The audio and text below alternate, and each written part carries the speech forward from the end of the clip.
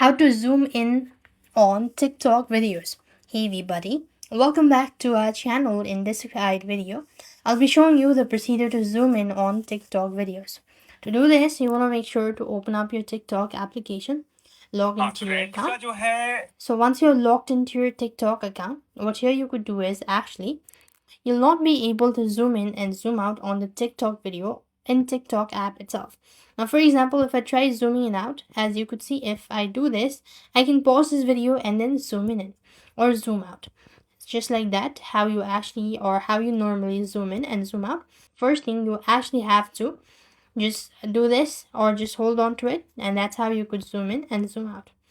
Other than that, what you could also do is if you are unable to do this zoom in and zoom out feature, then you simply want to click on the share button and then click on the download button. And once it is downloaded, then you could go ahead and zoom in and zoom out on your gallery or in the saved content as well. So this is how it actually works. I hope the video was helpful. Make sure to like, share, and subscribe. Thank you for watching. See you in the next video.